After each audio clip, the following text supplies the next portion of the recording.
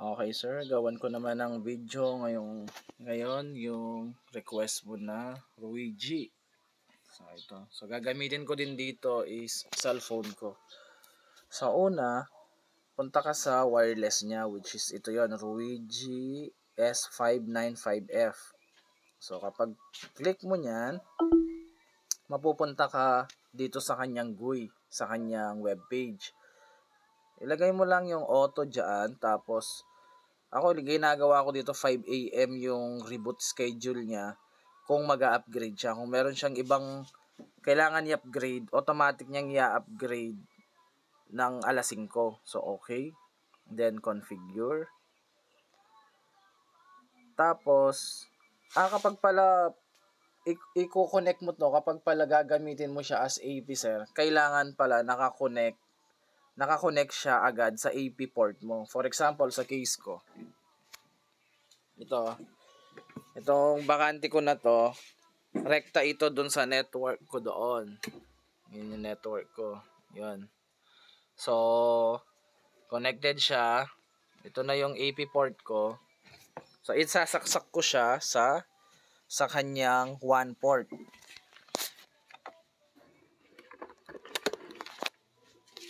So, ayun siya. So, ito yung one port niya. Pag sinabi nating one port, dito mo papadaan yung internet. So, itong kulay yellow, yung nag-iisa na kakaibang kulay niya, ito yung one port niya. Okay?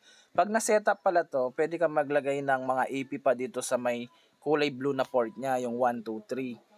Tapos, pwede ka rin maglagay ng mga access point mo dito, mga computer, CCTV, or iba pang mga gadget. Gagana na yan nun. So, balik tayo dito since na-connect na natin siya. Mag-recheck lang ako. Ayun. So, makita mo, nakadetect na siya ng IP.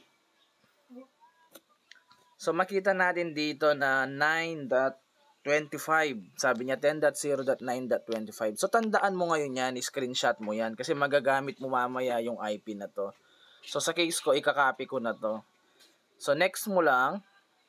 Tapos, lalagyan ka niya ng pangalan, tsaka yung ako dino-dual band ko yan para minsanan lang. So, ganun din.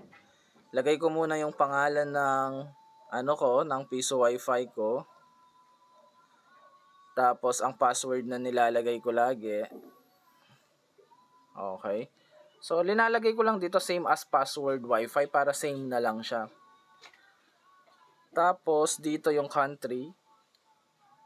So, yan. So, para yan. I-desktop mode ko sana pero ayaw niya eh. So, yan. I-next mo na siya niyan.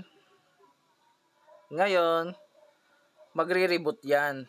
Kukunin niya yung Soundsmate Piso Wi-Fi na nilagay mo yung may password. So, aabangan mo siya ngayon dito sa may dito sa may pangalan ng mga Wi-Fi mo. Ito, makita mo itong Soundsmate Piso Wi-Fi na yung gamit ko kasi dito, Piso, may 1 siya. Ito naman ginagawa natin, wala siyang 1. I talaga siya. Tapos may password siya. So, ilalagay ko muna itong password niya. May kamukha siya. I-forgot ko. I-connect ko tong Piso Wi-Fi. So, ilagay ko muna yung password niya.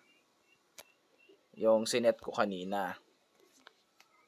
Okay? So, kung makita mo siya, kung mapansin mo siya, meron kang makikita dito na IP. Ito, yung 192.168.110.56. Pero ang original talaga na IP niyan, sir, kaya importante talaga alam mo yung gateway ng bawat access point mo. Pero ito, since lagi naman akong gumagawa nito, ang IP niyan is 192.168.110.1. Remember po kanina, 'di ba naka-DHCP ka? So ang purpose pa lang nito niyan, naka-router mode pa lang siya. Ngayon ang gagawin natin kasi pang Piso Wi-Fi. So i-configure natin siya as Piso Wi-Fi. So itong 192.168.110.1, so ipapasukin mo 'yan, mapupunta ka dito sa GUI niya. So remember mo yung password na ginawa natin kanina. So ilalagay ko muna yung password. Kahit anong password naman pwede mong ilagay dyan as long as hindi mo siya makakalimutan. So, ito na yung GUI niya. Mas maganda kung naka-desktop mode ka. Ako kasi dito sa desktop site ako. Pag hindi kasi desktop site, ganyan yung makikita mo, malaki siya. Pero ako, mas gusto ko yung desktop side para katulad niya yung settings niya sa PC, sa desktop. So, paano ba yung first step natin pag nandito na tayo? So, punta lamang tayo dito sa more. Sa more. Tapos, may makikita ka dito na parang ahas na ano ito. Ito yung sa mode niya, work mode. So, kanina, naka-router mode tayo. So, gagawin mo ngayon, access point mode. Ngayon, i-check mo siya. Kaya importante na, ayan, di ba, 9.26. So, ikakopy ko na to. Or much better kung i-screenshot mo to kasi ito yung way na mapasok mo siya mamaya. Okay? So, ngayon, andito na tayo. Dito na tayo sa pakita ko muna yung ano. Kaya importante na meron siyang wire. Kasi kung wala kang LAN, papunta sa AP port mo, hindi siya makakadetect ng IP. So, importante talaga yan na kapag isi-set up mo siya, kailangan connected siya sa network mo. So, yan. So, andito na tayo. Makikita natin dito yung 2.4 at saka 5G. Ako kasi miniminsan ko lang yan para hindi na malito yung mga user. Isa lang talaga yung name. So, tatanggalin lang natin dito yung password. So, iba-blank lang natin siya. Siyempre, pag piso wifi, dapat wala siyang password, di ba? So, ulit, pinundot natin tong work mode, tapos nag-access mode, access point, tapos tinanggal natin yung password. Sabay save mo siya niyan. So, kapag sinave mo yan, ayan, sabi niya, please wait 12 seconds. So, mawawala yan. Kasi nga, kanina may password, ngayon wala siyang password. Tapos kanina, router siya, ngayon AP na siya. So, yan, mapapasok na natin siya. Or pwede mong gawin off mo yung wifi mo. Tapos mga 5 seconds, 1, 2, 3, 4, 5. So, buksan mo ulit. And then, ito siya yung ginagawa natin, yung piso wifi na walang 1. Ito kasing gamit ko dito sa shop, may 1. Itong mga to, wala. So, papasukin mo na siya niyan. O, yan, di ba? So, nagamit mo na siya as AP. Ayan, AP mode na siya. Ibig sabihin, ayan, so, nagamit ko na sa piso wifi ko.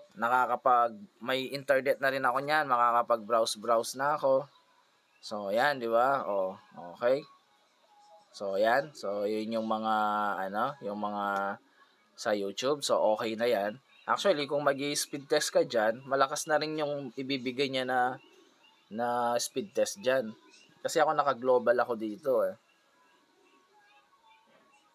Okay. So, yan. So, hindi ko na siya papatapusin.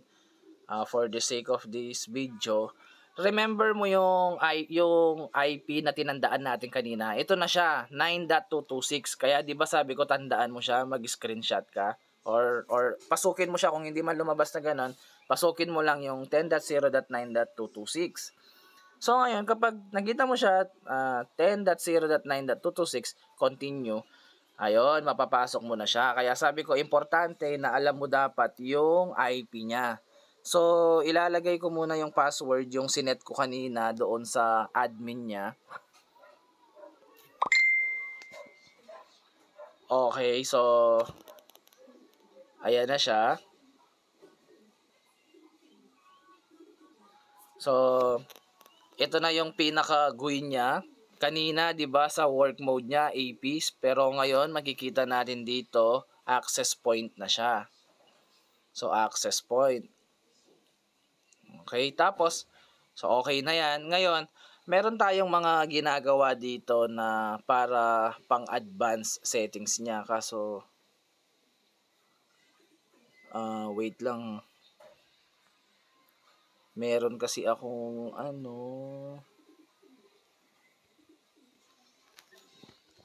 okay. So, ito, punta ka dito sa may wifi, dito sa taas. Tapos, dito kasi sa advance, ginagawa ko dyan, ina-isolate ko siya. So, nakasanayan ko na lagi kong ina-isolate yung mga AP ko para sa dagdag security. Dami nag-chat. So, yan. So, yun na. Yun lang. Ni-AP mode ko lang siya. Basta alam mo siyang pasukin. Ang kagandahan nito kasi pwedeng mag-communicate yung Roigi. Kaso hindi ko na ipapakita ngayon dahil hindi naman yun yung purpose natin.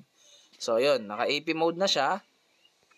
Yan, naka-AP na siya, tapos pwede rin yan wireless repeater, pwede rin yan may mesh system yan. Pero kung ako sa inyo, hanggat maaari, mas maganda talaga kapag kung kayang linyahan, linyahan siya.